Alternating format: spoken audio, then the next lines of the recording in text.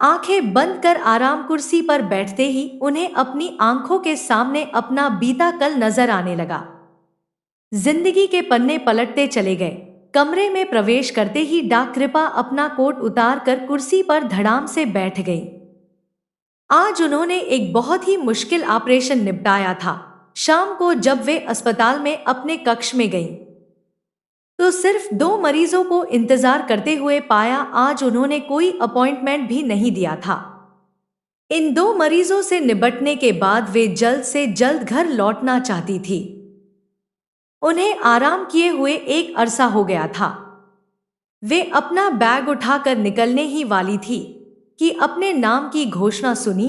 डाक कृपा, कृपया ऑपरेशन थिएटर की ओर प्रस्थान करें। माइक पर अपने नाम की घोषणा सुनकर उन्हें पता चल गया कि जरूर कोई इमरजेंसी केस आ गया होगा। मरीज को अंदर पहुंचाया जा चुका था। बाहर मरीज की मां और पत्नी बैठी थी। मरीज के इतिहास को जानने के बाद डाक कृपा ने जैसे ही मरीज का नाम पढ़ा तो चौंक गई। जयंत शुक्ला नाम तो यही लिखा था। फिर उन्होंने अपने मन को समझाया कि नहीं, यह वह जयंत नहीं हो सकता। लेकिन मरीज को करीब से देखने पर उन्हें विश्वास हो गया कि यह वही जयंत है, उनका सहपाठी। उन्होंने नहीं चाहा था कि जिंदगी में कभी इस व्यक्ति से मुलाकात हो, पर इस वक्त वे एक डॉक्टर थी और सामने वाला एक मरीज। अस्पताल में जब मरीज को लाया गया था तो ड्यूटी पर मौजूद डॉक्टरों ने मरीज की प्रारंभिक जांच कर ली थी। जब उन्हें पता चला कि मरीज को दिल का जबरदस्त दौरा पड़ा है तो उन्होंने दौरे का कारण जानने के लिए एंजियोग्राफी की थी, जिससे पता चला कि मरीज की मुख्य रक्तनलिका में बहुत ज्यादा अवरोध है। मरीज का ऑपरेशन तुरंत होना बहुत जरूरी था। जब मरीज की पत्नी व मां को इस बात की सूचना दी गई तो पहले तो वे बेहद घबरा गई। फिर मरीज के सहकर्मियों की सलाह पर वे मान गई। सभी चाहते थे कि उसका ऑपरेशन डाक कृपा ही करे। इत्तफाक से डाक कृपा अपने कक्ष में ही मौजूद थी। मरीज की बीवी से जरूरी कागजों पर हस्ताक्षर लिए गए। करीब 5 घंटे लगे ऑपरेशन में। ऑपरेशन सफल रहा। हाथ धोकर जब डाक कृपा ऑपरेशन थिएटर से बाहर निकली तो सभी उनके पास भागे भागे आए। डाक कृपा ने सबको आश्वासन दिया कि ऑपरेशन सफल रहा और मरीज अब खतरे से बाहर है। अपने कमरे में पहुंचकर डाक कृपा ने कोट उतार कर एक और फेंक दिया और धड़ाम से कुर्सी पर बैठ गई। आंखें बंद कर आराम कुर्सी पर बैठते ही उन्हें अपनी आंखों के सामने अपना बीता कल नजर आने लगा। जिंदगी के पन्ने पलटते चले गए। कृपा शक्ल सूरत में अपने पिता पर गई थी। उन्हें अपना बचपन याद आने लगा। जयपुर में एक मध्यवर्गीय परिवार में वे पली बढ़ी थी। उनका एक बड़ा भाई था जो मां बाप की आंखों का तारा था। कृपा की एक जुड़वा बहन थी जिसका नाम रूपा था। नाम के अनुरूप रूपा गोरी और सुंदर थी, अपनी मां की तरह। कृपा शक्ल सूरत में अपने पिता पर गई थी।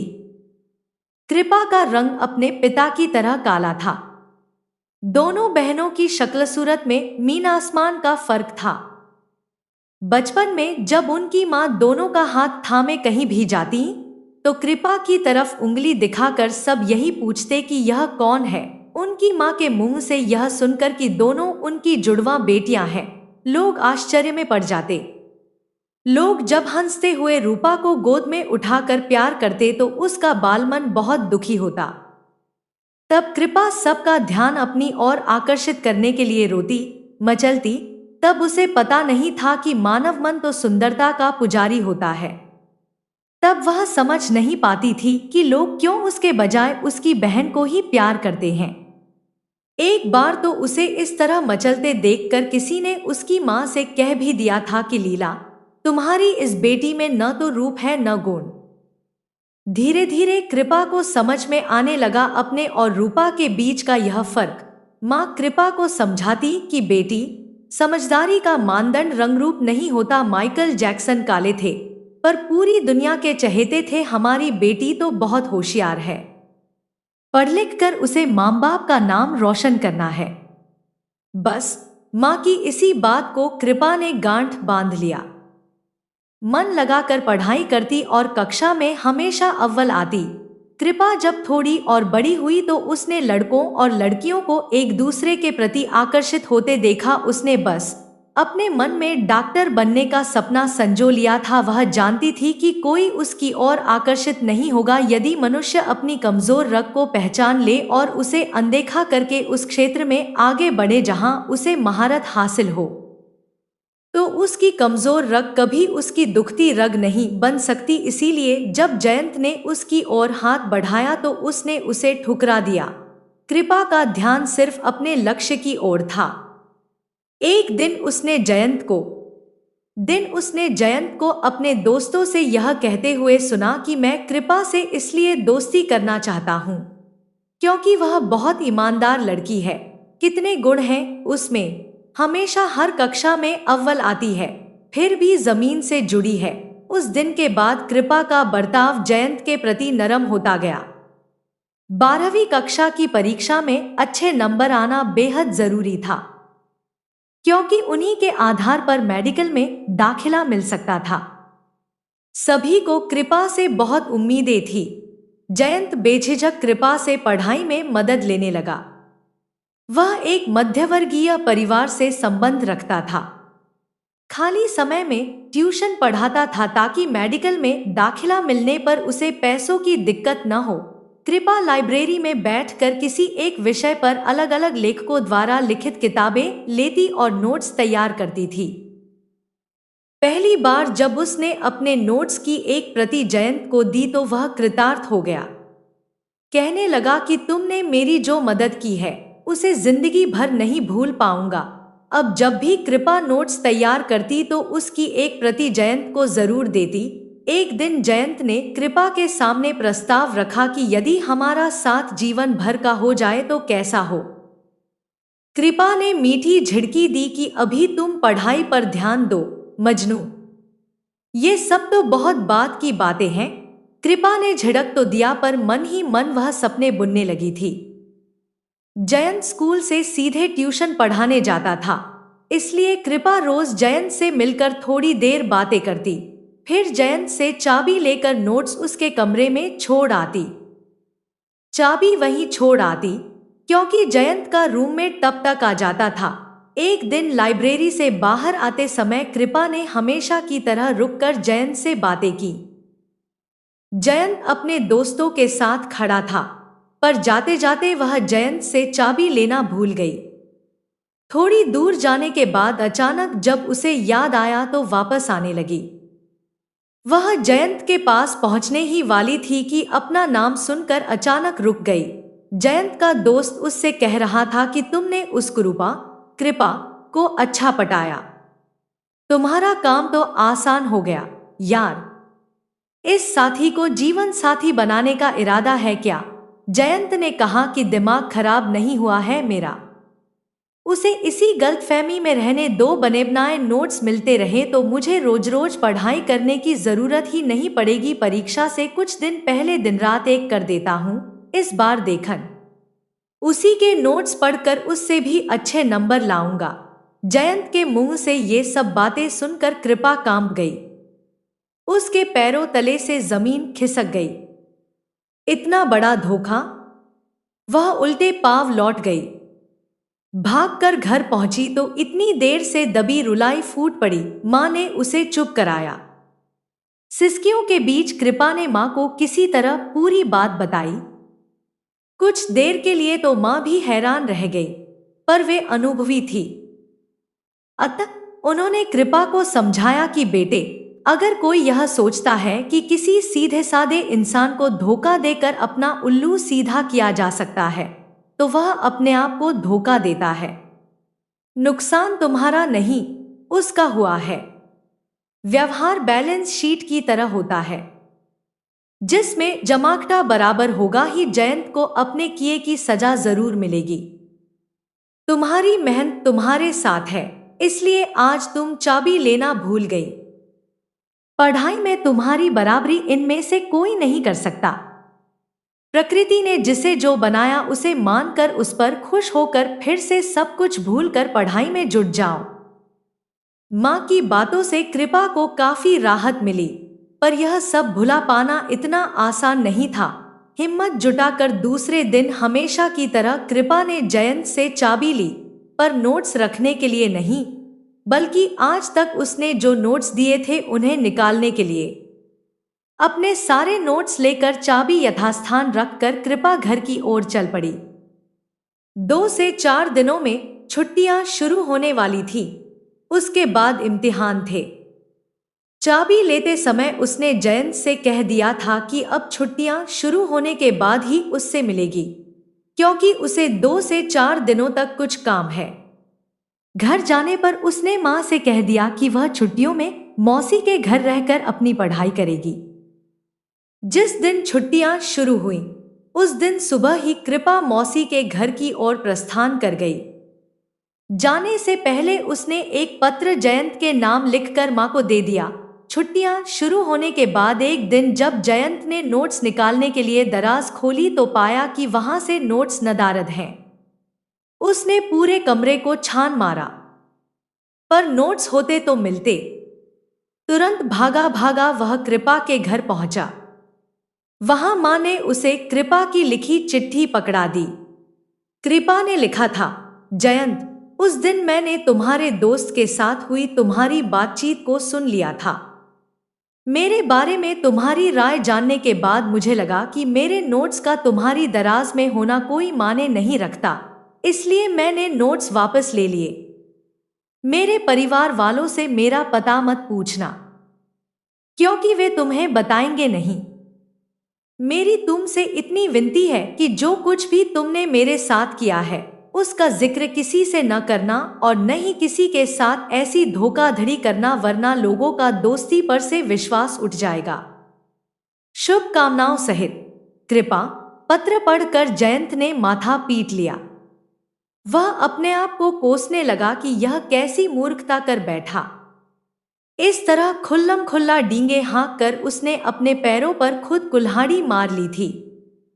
उसके पास किताबें खरीदने के लिए पैसे नहीं थे, न ही इतना वक्त था कि नोट्स तैयार करता। इम्तिहान से एक दिन पहले कृपा वापस अपने घर आई। दोस्तों से पता चला कि इस बार जयंत परीक्षा में नहीं बैठ रहा है। उसके बाद कृपा की जिंदगी में जो कुछ भी घटा सब कुछ सुखद था। पूरे राज्य में अव्वल श्रेणी में उत्तीर्ण हुई थी कृपा। दूरदर्शन, अखबार वालों का तांता लग गया था उसके घर में।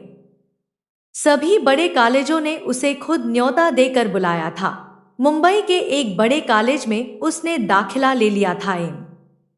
BBS की पढ़ाई पूरी करने के बाद उसने आगे की पढ़ाई के लिए प्रवेश परीक्षाएं दी। यहां भी वह अव्वल आई। उसने हृदय रोग विशेषज्ञ बनने का फैसला लिया।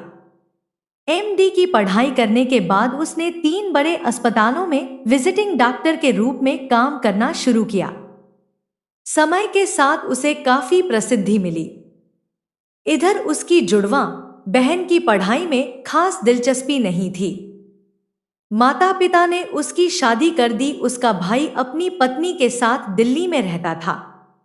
भाई कभी माता पिता का हालचाल तक नहीं पूछता था। बहू ने दूरी बनाए रखी थी। जब अपना ही सिक्का खोटा था तो दूसरों से क्या उम्मीद की जा सकती थी। बेटे के इस रवैये ने मां बाप को बहुत पीड़ा पहुंचाई थी। कृपा ने निश्चय कर लिया था कि माता पिता और लोगों की सेवा में अपना जीवन बिता देगी। कृपा ने मुंबई में अपना घर खरीद लिया और माता पिता को भी अपने पास ले गई। चर्मरोग विशेषज्ञ डॉ मनीष से कृपा की अच्छी निभती थी। दोनों डॉक्टरी के अलावा दूसरे विषयों पर भी बातें किया करते थे, पर कृपा ने उनसे दूरी बनाए रखी। एक दिन डॉ मनीष ने डॉ कृपा से शादी करने की इच्छा जाहिर की, पर दूध का जला छाछ भी फूंक फूंक कर पीता है। डॉ कृपा ने दृढ़ता के साथ मना कर दिया। उसके बाद डॉ मनीष की हिम्मत नहीं हुई दोबारा पूछने की। मां को जब पता चला तो मां ने कहा, बेटे, सभी एक जैसे तो नहीं होते, क्यों न हम डॉ मनीष को एक मौका दें। डा मनीष अपने किसी मरीज के बारे में डा कृपा से सलाह करना चाहते थे। डा कृपा का सेलफोन लगातार व्यस्त आ रहा था, तो उन्होंने डा कृपा के घर फोन किया। डा कृपा घर पर भी नहीं थी। उसकी मां ने डा मनीष से बात की और उन्हें दूसरे दिन घर पर खाने पर बुला लिया। मां ने डा मनीष से खुलकर बातें की। 4 से 5 साल पहले उनकी शादी एक सुंदर लड़की से तय हुई थी, पर 2 से 3 बार मिलने के बाद ही उन्हें पता चल गया कि वे उसके साथ किसी भी तरह सामंजस्य नहीं बैठा सकते। तब उन्होंने इस शादी से इनकार कर दिया था। मां की अनुभवी आंखों ने परख लिया था कि डा मनीष ही डा कृपा के लिए उपयुक्त वर है। अब तक डा कृपा भी घर लौट चुकी थी। सबने एक साथ मिलकर खाना खाया। बाद में मां के बार बार आग्रह करने पर डा मनीष से बातचीत के लिए तैयार हो गई डा कृपा। उसने डा मनीष से साफ साफ कह दिया कि उसकी कुछ शर्तें हैं, जैसे माता पिता की देखभाल की जिम्मेदारी उसकी है, इसलिए वह उनके घर के पास ही घर लेकर रहेंगे। वह डा मनीष के घर वालों की जिम्मेदारी भी लेने को तैयार थी, लेकिन इमरजेंसी के दौरान वक्त बेवक्त घर से जाना पड़ सकता है, तब उसके परिवार वालों को कोई आपत्ति नहीं होनी चाहिए वगैरह। डा मनीष ने उसकी सारी शर्तें मान ली और उनका विवाह हो गया। डा मनीष जैसे सुलझे हुए व्यक्ति को पाकर कृपा को जिंदगी से कोई शिकायत नहीं रह गई थी। कुछ साल पहले डा कृपा अपने आप को कितनी कोसती थी, लेकिन अब उसे लगने लगा कि उसकी जिंदगी में अब कोई अंधेरा नहीं है, बल्कि चारों तरफ उजाला ही उजाला है। डा कृपा धीरे धीरे वर्तमान में लौट आई। इसके बाद उसका सामना कई बार जयंत से हुआ। पहली बार होश आने पर जब जयंत ने डा कृपा को देखा तो चौंकने की बारी उसकी थी। कई बार उसने डा कृपा से बात करने की कोशिश की, पर डा कृपा ने एक डॉक्टर और मरीज की सीमारेखा से बाहर कोई भी बात करने से मना कर दिया। डा कृपा सोचने लगी, आज वह डा मनीष के साथ कितनी खुश है। जिंदगी में कटु अनुभवों के आधार पर लोगों के बारे में आम राय बना लेना कितनी गलत बात है। कुदरत ने सुख और दुख सबके हिस्से में बराबर मात्रा में दिए हैं। जरूरत है तो दुख में संयम बरतने की और सही समय का इंतजार करने की। किसी की भी जिंदगी में अंधेरा अधिक देर तक नहीं रहता है, उजाला आता ही है।